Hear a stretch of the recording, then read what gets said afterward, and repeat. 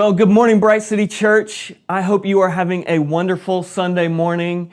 I hope you've been able to find some folks in your small group or people that you serve with to watch the service this morning. Obviously, we are bummed not to be together this morning, and Sharon and I are especially disappointed because this was going to be our last chance to see everybody before we head out on our first ever joint sabbatical.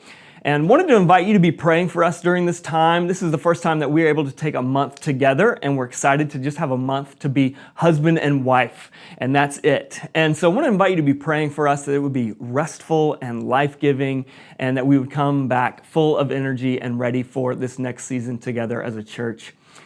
I've got a couple of announcements for you. The first is that we have a really creative outreach opportunity here in June. In the month of June, we are going to be collecting quarters. We're going to be doing a quarter drive, and this is an opportunity for us to gather quarters that we can then give to Housing for New Hope so that their tenants can pay to do their laundry. And we're going to add a little bit of fun to this. We're going to make it a competition between the kids and the adults. And so over the next 3 Sundays, the 14th, the 21st, and the 28th, I want to invite you to bring those quarters and drop them into buckets outside of the IMAX theater. And we're going to have those on scales so you can see who is in the lead and who is falling behind. And we're going to have a little surprise for the winner. So make sure you bring your quarters. The second announcement I have for you is that this summer we are kicking off something new. We are doing something called the Summer of Serving. And we're doing this because we wanted to give you an opportunity, if maybe you've never been a part of a serve team, to take an opportunity to kind of dip your toe in the water of serving. And we want to invite you to serve across the months of July, August, and September. And we want to do this not just because we want you to step into a role, but because we believe this is also a fantastic way for you to meet others and to build community at Bright City. And so I want to invite you to jump into Summer of Serving. Maybe you've served in the past and you've taken a break. Maybe this is the right opportunity for you to jump back in and serve at Bright City and maybe join a new team. Maybe you have taken a break but want to jump back in and try something new. We want to invite you to take that step. But either way, you can do that by clicking on the QR code and clicking on Join a Serve Team. Lastly, I wanted to share with you an update. About 6 weeks ago, Bright City, we came to you and shared that we were considering a space, that we were looking at a space for our future home. And this past week, the elders sent out an email just to update you on that, and I wanted to share that with you this morning as well. In pursuing that space, we have hit some obstacles that are outside of our control. And there may be some solutions to those in the future, but we wanted to give you that update, let you know that that was on pause for now, and we'll keep you posted if there's anything else to know in the future. Lastly, you know that we are in the middle of a giving initiative called the Prepare Initiative. Over these 2 years, we are setting aside funds for that future church home. And so as a part of us continuing to pursue a space, we want to invite you to continue to lean in with us as we do this, as we prepare financially for that step. And so if you would like to contribute financially to Bright City, you can do that in a couple of ways. You can do that by clicking on the QR code and clicking Give, or you can go to brightcitychurch.com/give and set up giving there. Thank you guys so much for joining us this morning. Now to the sermon.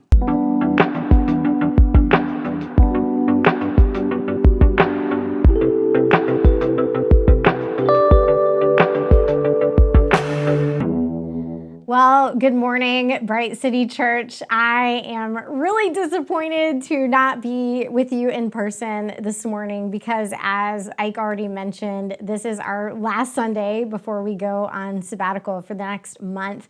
But I wanted to just echo what he said, that we would be so grateful for your prayers during the next 4 weeks. This is going to be a really great time, not just of rest, but also for us to, as he put it, just simply be married together. And so we are going to miss being with you for the next 4 weeks, but we are so grateful for your prayers and can't wait to see you when we come back. That said, I am excited that I get to preach one more message on Hebrews before I go on sabbatical. This morning, we are continuing our series on the book of Hebrews, which we have called Better Than. And the reason why we're calling it this is because the whole theme of Hebrews, kind of the major thesis statement of Hebrews, is that Jesus is better than anything that you could fill in that blank. And so Jesus is better than any earthly leaders. He is better than politicians. He is better than kings. He is also better than all of our systems of earning and striving and wanting to prove ourselves. He is better than the things that we use to numb or to escape. He is better than material possessions, material gain. He is better than success, control, self-reliance, or the praise of man. I could go on and on and on, but all of that is why, even though we can't be together this Sunday, why we gather every single Sunday to remember that truth, that Jesus is better than any hope, any security that this world has to offer, because it's also easy to forget that truth. Now, what we have looked at so far in the book of Hebrews is that the audience that this book was written to specifically is this audience of early Jewish Christians who are very, very familiar with the Old Testament, shaped by it. And so what we have looked at is that these early Jewish Christians, they needed a very specific reminder, which is that Jesus is better than their old religious system, their old religious leaders. And so 2 weeks ago, Ike looked at how Jesus is better than all the prophets, including Moses. He is better than all of their heroes. This is something that we're not getting into in this series because the author mentions it very briefly, but he is better than, for instance, Joshua. And then last week, Ike kicked off this longer section of the book of Hebrews. It's this sustained look at how Jesus is not just better than the prophets, not just better than their heroes, but he is also better than their priests. Now, one of the things that we have already seen in Hebrews that we will continue to see throughout the book of Hebrews is that Hebrews does a lot of name dropping. We are especially going to see this in chapter 11. But it's almost like the author of Hebrews is going out of their way to make the point that whoever is your favorite person in the Bible, whoever is your hero, whoever you kind of have like a little bit of a crush on, or maybe you're a fanboy, fangirl of somebody in the Bible, the author is going out of their way to say that they are still, at their best, only a shadow of Jesus, that Jesus is better. But this week we are going to be looking at one of the names that the author of Hebrews drops that is really different from all the others. We are mostly going to be in chapter 7, but we first encounter this name in chapter 6. So this is the very end of chapter 6, and I'm going to read what the author says. And just to give you a little bit of context, this is after the author has started making this argument that Jesus is better than all the high priests. Then in Hebrews 6, verses 19 through 20, this is what the author says. It says, "We have this hope as an anchor for the soul, firm and secure. It enters the inner sanctuary behind the curtain. Jesus has entered there on our behalf as a forerunner because he has become a high priest forever." So this is the point that the author has been building up to, that Jesus is this better, truer high priest. But then he says he has become a high priest forever according to the order of Melchizedek. Now, I know what you're probably thinking. I know who Moses is. I know who Joshua is, but I do not know who Melchizedek is. And I want you to know, if you're thinking that, you are not alone. In fact, a lot of the early listeners, this early audience, would have felt exactly the same way. This would have been sort of a record scratch moment for these Jewish Christians as well. This was out of left field, both then and now. And so, of course, this raises the question, who was Melchizedek? Well, one fun fact about Melchizedek is Melchizedek was the first ever named priest mentioned in the Bible, the first priest that we ever encounter pretty early on in the Bible. It's in Genesis 14. But we don't know a lot about this guy. He's actually very mysterious. We're just told that he is a priest of the one true God.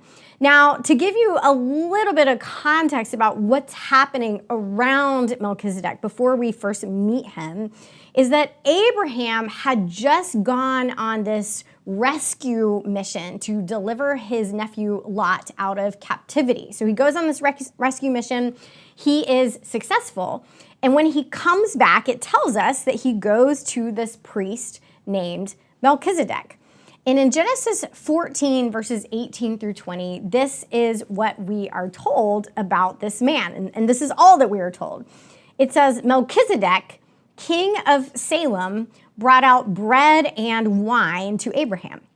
He was a priest to God Most High. And then he blessed Abram and said, Abram is blessed by God Most High, creator of heaven and earth. And blessed be God Most High, who has handed over your enemies to you. And then it tells us Abraham gave him a tenth of everything. So this is all we are told. This is all that we get. We get 3 verses about Melchizedek. Then we get nothing until one other verse in the Psalms, which also tells us nothing about Melchizedek. What we encounter in Psalm 110 is actually just a prophecy about the Messiah, about Jesus. And this is what it says, Psalm 110, verse 4. It says, the Lord has sworn an oath and will not take it back. And then it's quoting God as saying, you are a priest forever according to the pattern or order of Melchizedek. So that is it. This is all that we are given about Melchizedek in the Old Testament, these blink and you miss it references. And so based off of this, what can we know about Melchizedek? Well, there are a few things, even though this is honestly just kind of a random dude, but there's a few things that we can know. The first is that he is a king. We are told that he is king of Salem. This is something that the author of Hebrews really wants to point out. And Salem, not coincidentally, would eventually become Jerusalem. And now what the author of Hebrews wants to emphasize is not only just the significance of this, that he's this king of what would eventually become Jerusalem, is that the word Salem itself means peace. So the author of Hebrews is really underscoring he is a king of peace, which is going to point to the ultimate king of peace. But it doesn't just end there, because his name also means king. Melchizedek also means king of righteousness. So we're told that he is a king of peace. We are told he is a king of righteousness. And so even though we don't know anything about his background, we know quite a bit now about his character. Now, in addition to being a king, he is also a priest. And this combination of roles makes Melchizedek unique in all of Israel.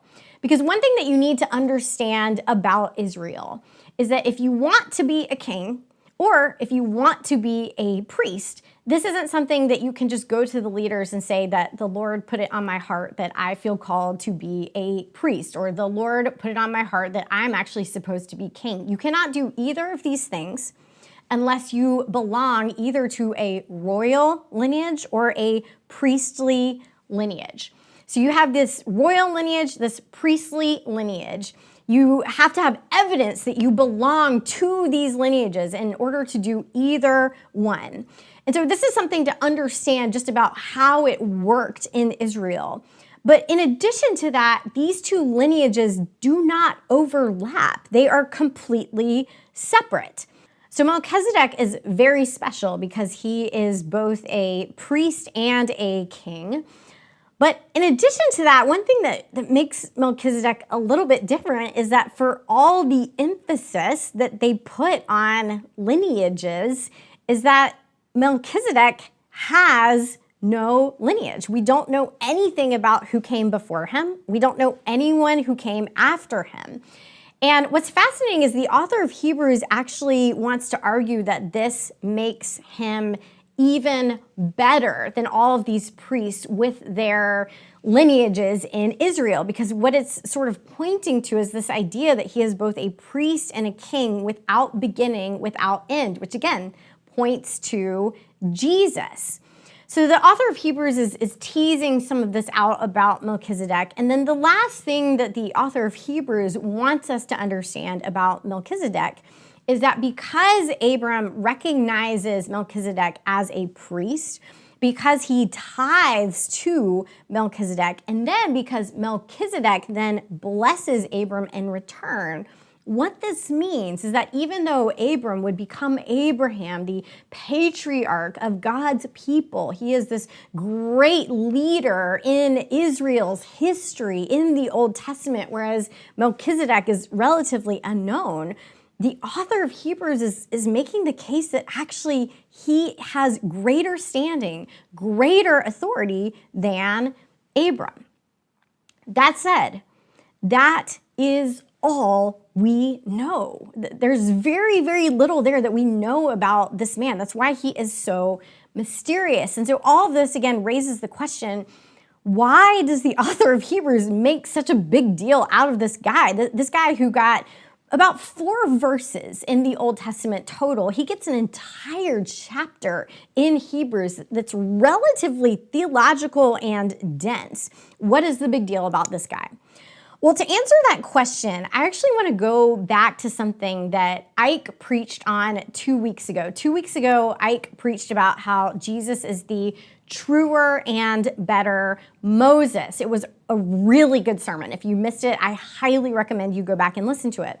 But in order to drive home the point that Jesus is the truer and better Moses, and what a bold statement that would have been, and what a controversial statement that would have been, he helped us to visualize what Moses meant to Israel by comparing him to Michael Jordan. And so if you were there, you remember this, but if you were not, I recalled to mind the truth that we all know, which is that Michael Jordan is the original GOAT. He was so good, so greatness defining, that his greatness kind of transcends basketball, that we know what it means when you refer to someone as like they're the Michael Jordan of chess, or they're the Michael Jordan of playing the saxophone. Like, we know what you're saying. You're saying they are the best. And so to say that someone is a better basketball player than Jordan is not just bold, it's a controversial statement. No one is better than Jordan. Jordan defines the game. And it was the same with Moses. Moses was the Michael Jordan of the Old Testament. And that's why it was such a big deal for the author of Hebrews to say that Jesus was actually better than Moses. It was similarly bold, similarly controversial. So to take that basketball analogy a little bit further into this chapter, I want to make the case that if Moses was the Michael Jordan of the Old Testament, then Melchizedek was the George Mikan. Now, I know what you're thinking. Probably a very similar thought to when you heard the name Melchizedek, which is, who is George Mikan? George Mikan was the very first NBA superstar. He actually played for the Minneapolis Lakers. This is, many of you, especially you young kiddos, probably don't know that before the Lakers were in Los Angeles, they were actually in Minnesota, the land of 10,000 lakes. And so George Mikan, he played for the Minnesota Lakers in the 40s and 50s. And during that time, he literally changed the game of basketball. Basketball today is played the way that it is played because of George Mikan. Just to give you a few examples. In 1951, the league instituted a new rule called the Mikan rule, in which they widened the lane under the basket from 6 feet to 12 feet in order to limit his dominance under the basket. And I want you to just imagine for a moment the kind of dominance that a player would have if the NBA said, we have to actually change the game. We need to add a rule just to slow down this guy and make it more fair for everyone else. That's how good he was. Then they did it again. They added another rule in 1954 when they instituted the 24-second shot clock in order to speed up the game and prevent teams from stalling. And again, this was in response to Mikan, because what was happening is that he was so good, he was so dominant that every time he got the ball, he would just score. And so teams figured out that the only way to prevent this was just to hold the ball. And so it slowed down the games, and it resulted in these really long, really boring games that people started to not want to attend. And they kind of hit rock bottom in 1950 when the Fort Wayne Pistons beat the Lakers in the lowest scoring NBA game in history. The final score of this NBA game was 18-19. And that was when they said, enough, no more, we're not doing this anymore. And so they instituted a shot clock to speed up the game. George Mikan is also famous for his hook shot, which led to something, if you've played basketball in your past, you've probably done this before. It's called the Mikan drill, where you just practice a hook shot, left, right, left, right. And actually, Kareem Abdul-Jabbar credits this drill as laying the foundation for his own hook shot and his own technique. So all of that to say, even though you've never heard of George Mikan, this is for most of you probably the first time you've ever heard of him, and history has largely forgotten George Mikan. The fact of the matter is, the game that we know today exists the way that it does in its current form because of him. And so he didn't just define the game symbolically the way that Michael Jordan did. Michael Jordan absolutely defined the game, but more symbolically. George Mikan literally defined the game. He changed the game. And so all that to say, the author of Hebrews is saying something similar about Melchizedek, which is that you may not have heard of this guy, and he may only be kind of a footnote in Israel's history, but he defined the game. Melchizedek was the George Mikan of priests. Now, why does this matter?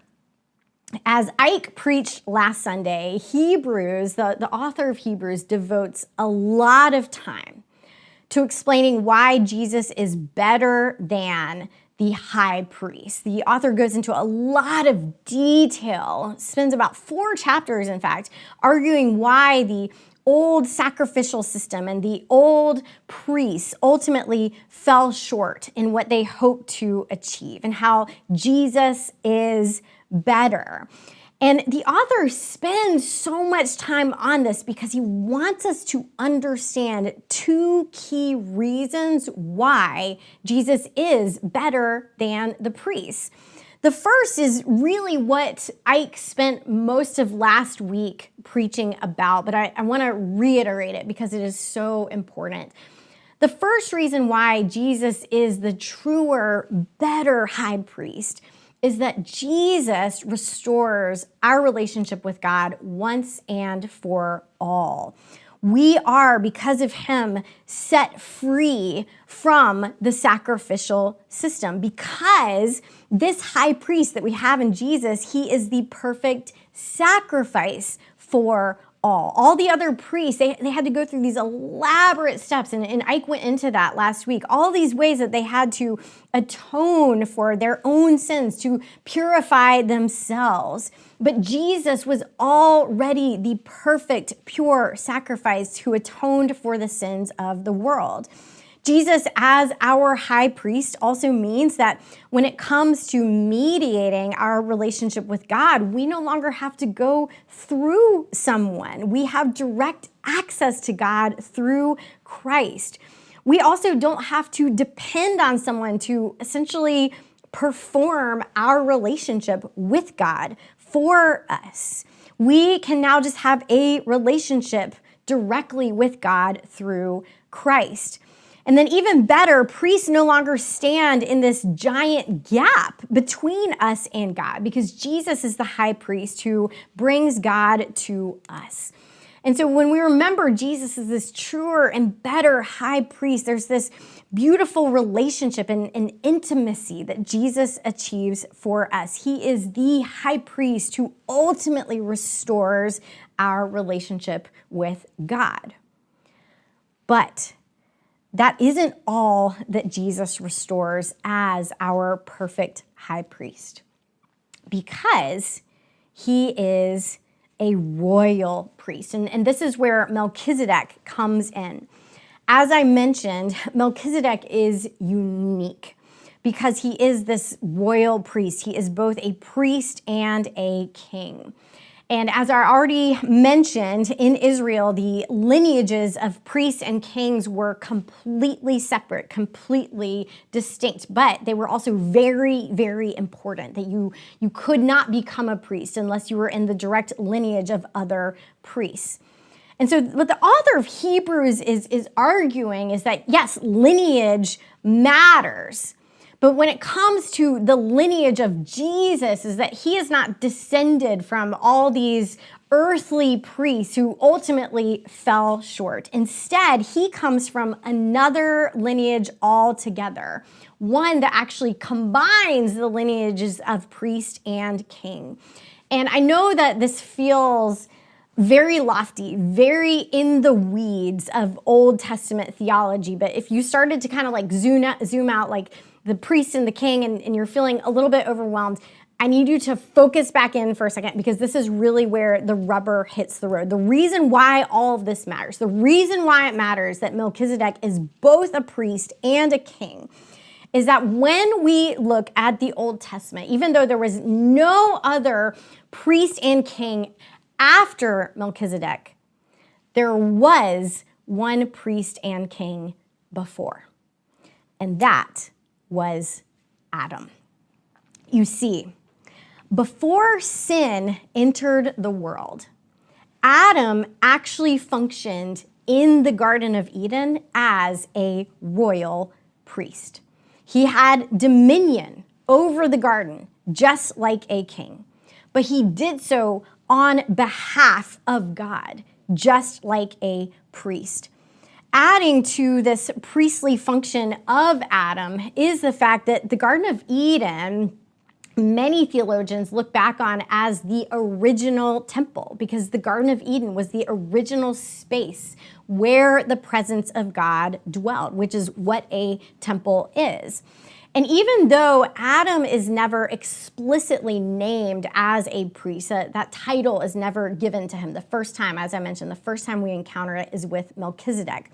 What's really fascinating is very much implied, because while Adam is tasked with cultivating and keeping this sacred space, the Hebrew words there being avad and shamar, those exact Hebrew words are the same Hebrew words used to describe the duties of the Levitical priests working in the tabernacle. What am I getting at here? What I'm getting at here is that these two roles of priest and king were never meant to be split.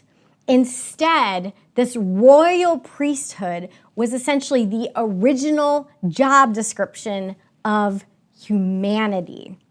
From the beginning, God intended us to be royal priests in this world who exercise dominion over the world, who essentially reign on behalf of God as priests.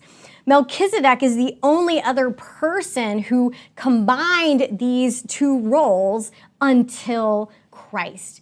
who is the better and truer Melchizedek. And all of this brings us back to the second reason Jesus is better than the high priest. Because not only does Jesus restore our relationship with God once and for all, but also this high priest, Jesus, restores us. Through the power of his Holy Spirit indwelling us, we are now being transformed into the image of Christ, this priest king. And in so doing, we are being restored to what God always intended us to be. This is one of the less appreciated aspects of the gospel. While the most important part of the gospel is that Jesus reconciles us to God, and that is something only Jesus could do, it's not just our relationship with God that is restored. He is also restoring us. Jesus is restoring us to our former glory. We are being restored to this vocational dignity that God intended for us, in which we were designed to steward creation on behalf of God.